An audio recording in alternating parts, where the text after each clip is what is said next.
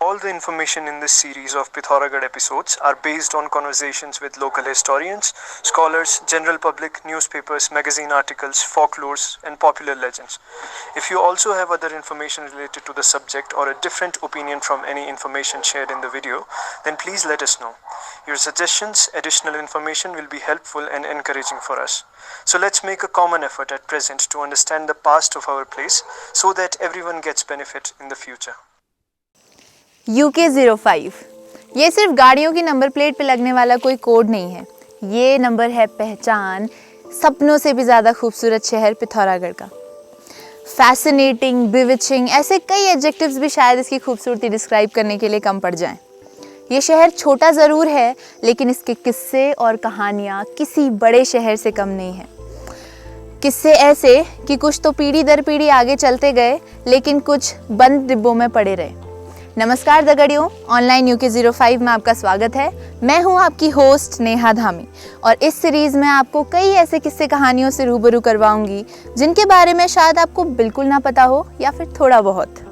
और ये है इस सीरीज़ का पहला एपिसोड जिसमें हम बात करेंगे पिथौरागढ़ के इकलौते बेमिसाल सिनेमा हॉल के बारे में। तो बिना किसी देरी के चलिए शुरू करते हैं।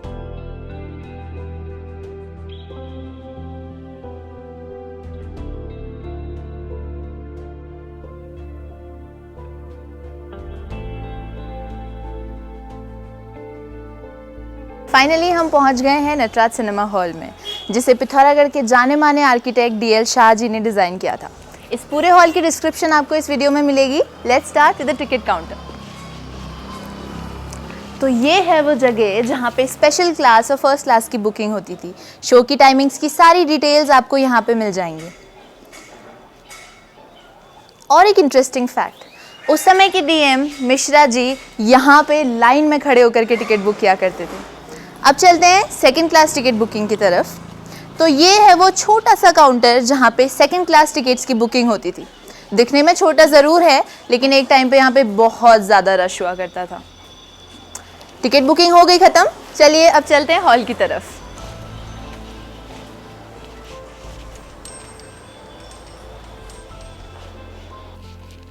और ये है वो मैग्निफिसेंट सिनेमा हॉल।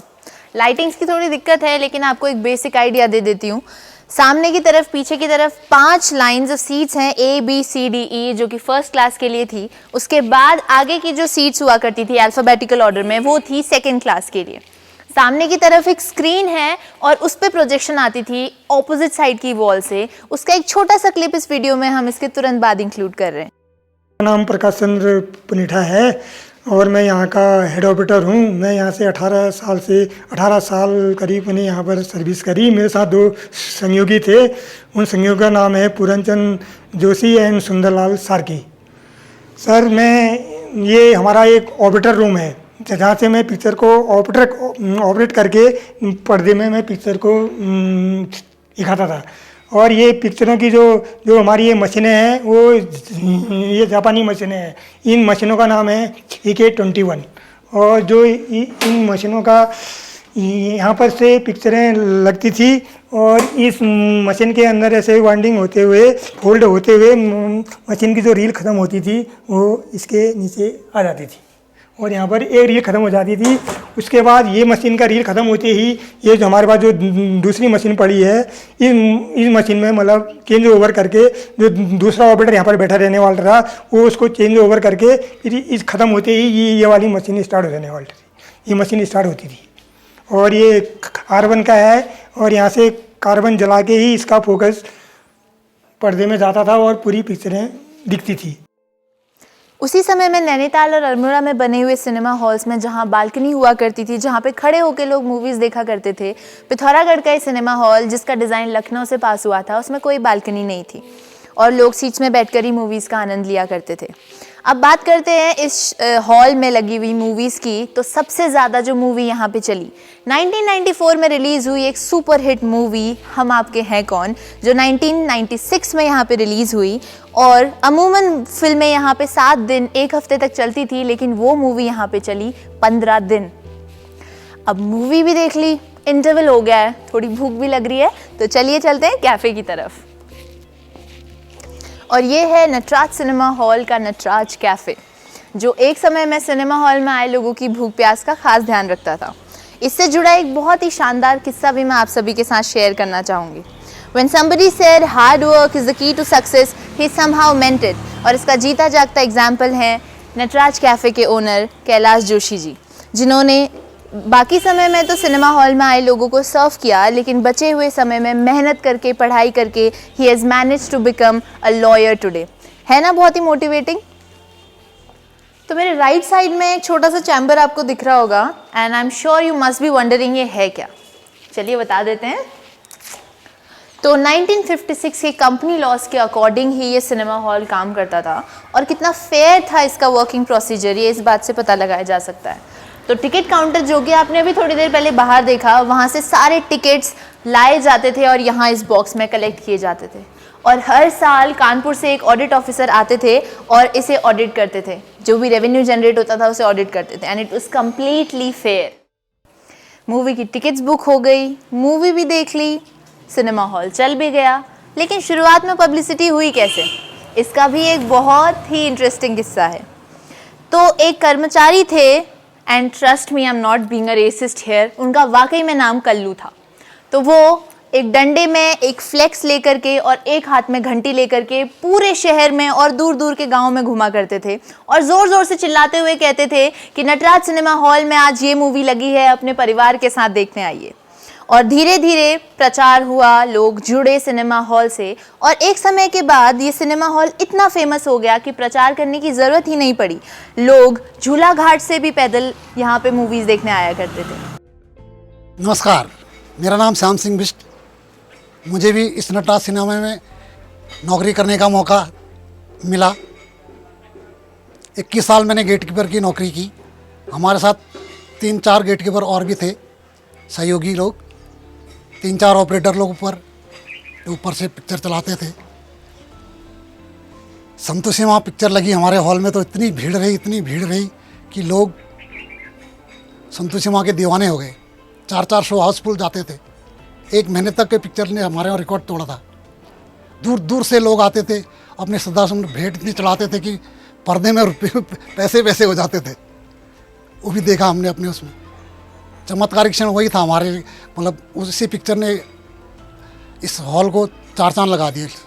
मतलब हमारे ये मान लीजिए कि पूरे शोर में के गांव वालों को पता चला कि पिक्चर हॉल में भी ऐसी पिक्चर आती है। उसके बाद शोले बहुत पुरानी पिक्चर है। पिक्चर तो बहुत बढ़िया बनती थी पहले, अब भी बनती हैं, लेकिन पहले जैसे अब नहीं बन पाती है उतनी। हाँ, हमारे साथ 3 गेट कीपर थे। तिरमोहन शाह सबसे हेड थे, प्रमोद सार्की, उसके सबसे 3rd नंबर मेरा ही था। हमसे पहले भी थे, इसहाक हुसैन था एक, त्रिलोक सिंह बिष्ट जी थे कुमोड़ के। हमारे मैनेजर साहब थे शंकर दत्त जोशी जी, जिन बेचारों की वो डेथ हो गई है। और टिकट काटने के लिए 4-5 बुकिंग क्लर्क रहते थे। सबसे पहले बुकिंग क्लर्क जी थे, ये अभी भी हैं ही, ये मिशन में टीचर है, क्या एक ना कि मतलब पूरन जोशी जी उनका नाम ठहरा, पूरन बाबू करके थे। और एक गेट कीपर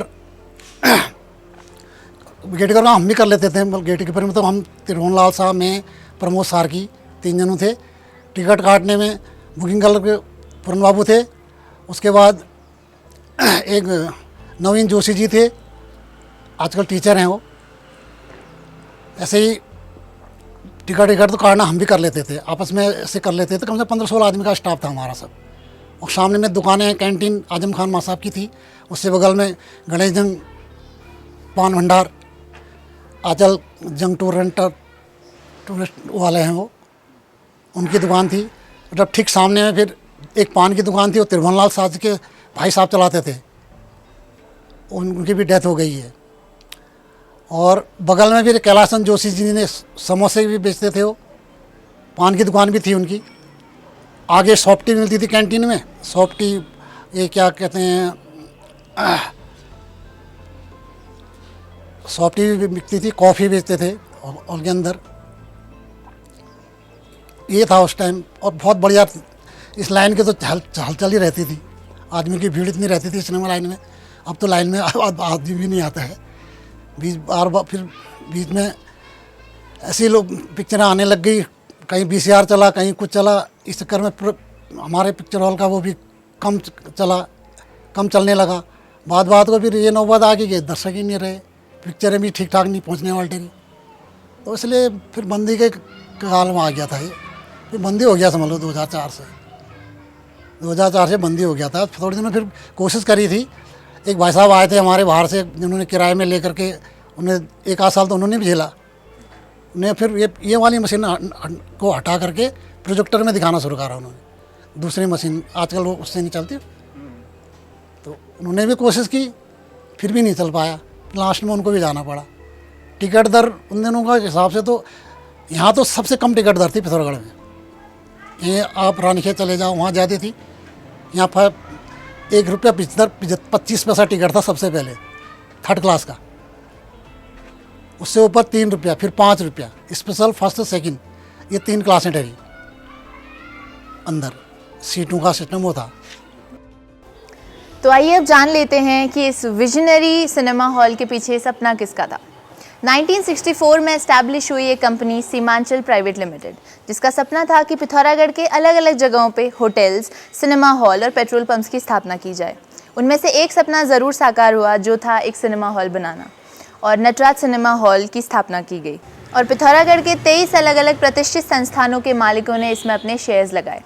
कुल 1,15,000 की धनराशि इकट्ठा करके एक कच्चा सिनेमा हॉल बनाया गया, जिसमें टोटल सीट्स थी 350। और जो पहला शो उसमें शोकेस किया गया वो था संपूर्ण रामायण, जिसके डायरेक्टर थे बाबूलाल मिस्त्री। उसके बाद जो भी रकम इकट्ठा हुई उससे करीब 3 या 4 लाख रुपए जुटा करके एक पक्का सिनेमा हॉल बनाया गया, जिसमें 556 सीट्स थी। और उसमें जो पहला शो था, पहली मूवी जो उसमें शोकेस की गई वो थी संगम। कुमाऊं में ये वो दौर था जब मनोरंजन के साधन नहीं हुआ करते थे, और उस समय पे इस विजनरी सिनेमा हॉल को बनाने का सपना देखा था जयदत्त लोहनी जी ने, जिन्होंने 23 और शेयर होल्डर्स के साथ मिलकर के इस सपने को साकार किया। उन सभी 23 शेयर होल्डर्स की डिटेल्स आपको स्क्रीन पे मिल जाएंगी। मगर अफसोस की बात है कि एक समय में पिथौरागढ़ की पूरी भीड़ को अपनी तरफ खींचने वाला ये सिनेमा हॉल, इसकी सुध लेने वाला भी आज कोई नहीं है।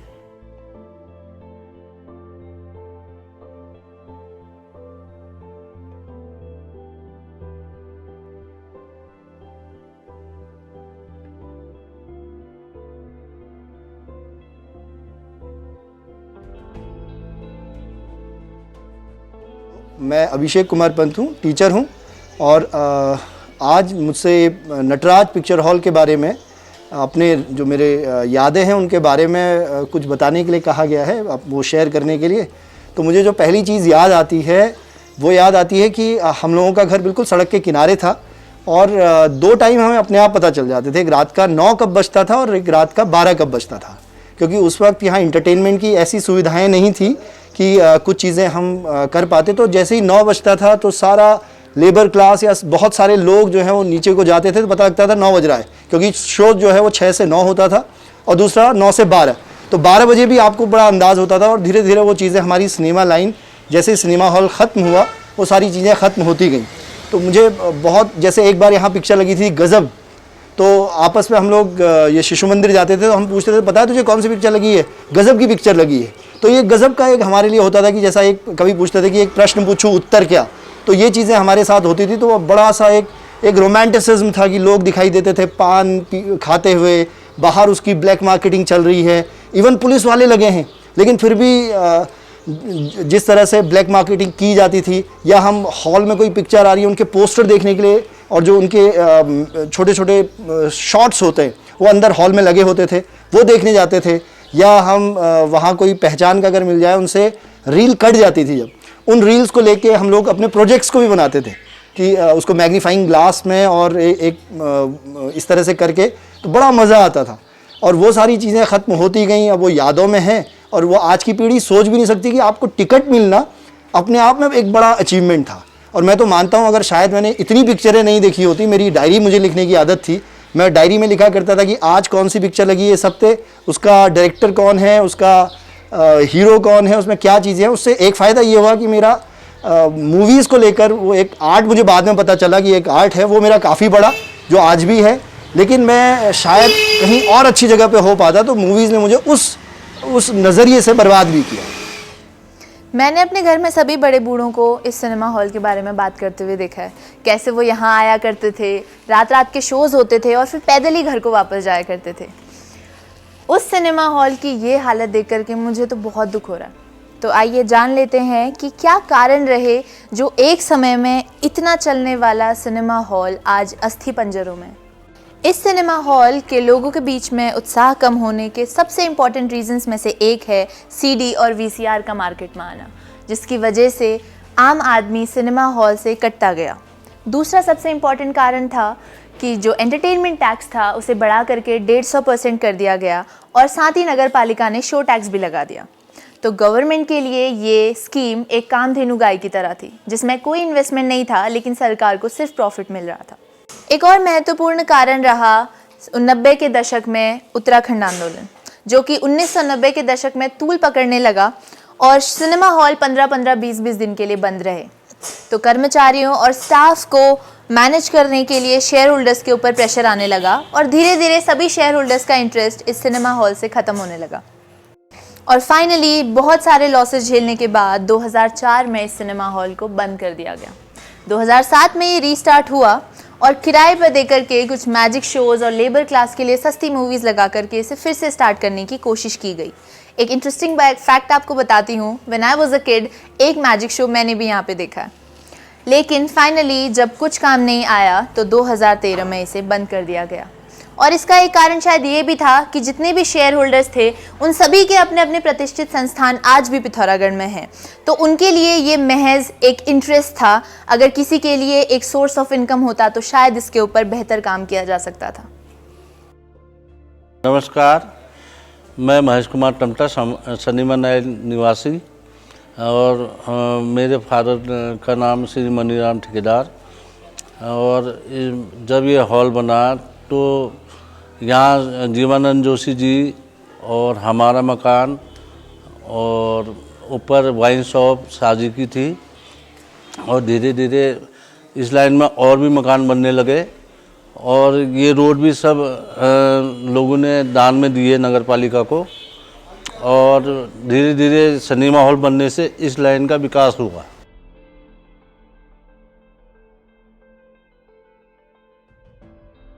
मेरा नाम देवकीनंद जोशी और मैं वर्ष 1980 से लेके 2000 तक वहाँ पर कार्यरत रहा। पहले अकाउंटेंट का काम किया, उसके बाद मैनेजर के रूप में रहा। इसको चलाने का प्रयास हमारे जो वर्तमान संचालक मंडल था उस समय का, उसने खास नहीं किया। कंपनी जो हमारी सीमांचल प्राइवेट लिमिटेड बनी थी उसका उद्देश्य तो बहुत थे, लेकिन एक ही सिनेमा हॉल चल पाया था और उसके भी कंपनी रूल्स के अंतर्गत काम नहीं हो पा रहा था। तो उससे जो है शेयर होल्डर्स में भी कोई उत्साह उसके प्रति नहीं था, क्योंकि उन्हें नियमित रूप से हर साल जो मीटिंग होती थी नहीं होने लगी, उसके जो हिसाब किताब होता था वो नहीं होने लगा। उसमें एक किस्म से वो कंपनी बंद ही हो गई। अब वर्तमान में क्या उसकी स्थिति है ये मुझे पूरा अच्छी तरह से पता नहीं है, लेकिन जहाँ तक मेरा ख्याल है शेयर होल्डर्स के जो परिवार है उनकी कोई विशेष रुचि इस को चलाने में नहीं है, क्योंकि इसमें बहुत पैसा लगेगा नया बनाने में, नया फर्नीचर डालने में, नई उसकी कार्यविधि करने में। और क्योंकि इससे किसी ने शेयर होल्डर ने अपना परिवार इस बिज़नेस के द्वारा नहीं पाला या रोटी नहीं मिली उसे, उसके सबके अपने अपने बिजनेस थे और उसके कारण से भी लोगों का इस इंटरेस्ट इसके प्रति नहीं रहा।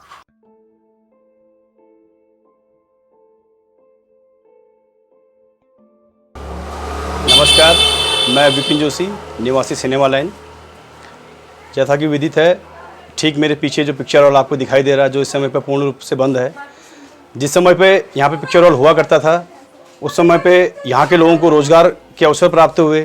कुछ लोगों ने दिन और रात्रि यहाँ पर कोई चौकीदारी करी, कुछ लोग चौकीदार के रूप में यहाँ पर कोई व्यवसाय से जुड़े, कुछ लोग यहाँ पर टिकट वितरण का कार्य करते थे, कुछ लोगों को अंदर बैठाने की व्यवस्था में, कहने का अर्थ है कि कुछ लोगों को यहाँ पर रोजगार प्राप्त था। परंतु आज वो सभी लोग अपने व्यवसाय से दूर हो चुके हैं, रोजगार से दूर हो चुके हैं, जिसका हमें काफ़ी दुख है। और हम चाहेंगे कि ये पिक्चर हॉल एक बार पुनः फिर से हम सबके बीच में एक जीवंत रूप ले और यहाँ के लोगों को पुनः रोजगार का अवसर मिले। हेलो एवरीवन, आई होप आपको ये वीडियो इन्फॉर्मेटिव लगी हो। इस वीडियो में जितनी भी इन्फॉर्मेशन है वो हमने कुछ शेयर होल्डर से बात करके, सिनेमा हॉल के वर्कर्स और लोकलाइट से बात करके कलेक्ट की है इस वीडियो में। और आपकी इन्फॉर्मेशन में अगर कोई भी डिस्क्रिपेंसी हो तो वो आप नीचे कमेंट बॉक्स में हमें बता सकते हैं। इसके अलावा इस सिनेमा हॉल को फिर से रीस्टार्ट करने के लिए आपके क्या सजेशंस है वो भी आप हमें ज़रूर कमेंट बॉक्स में बताइए। और हो सकता है कि शेयर होल्डर से बात करके हम इसका दूसरा एपिसोड इसके सोल्यूशंस के ऊपर फिर से लेकर आएँ। Till then keep supporting and keep watching. Thank you.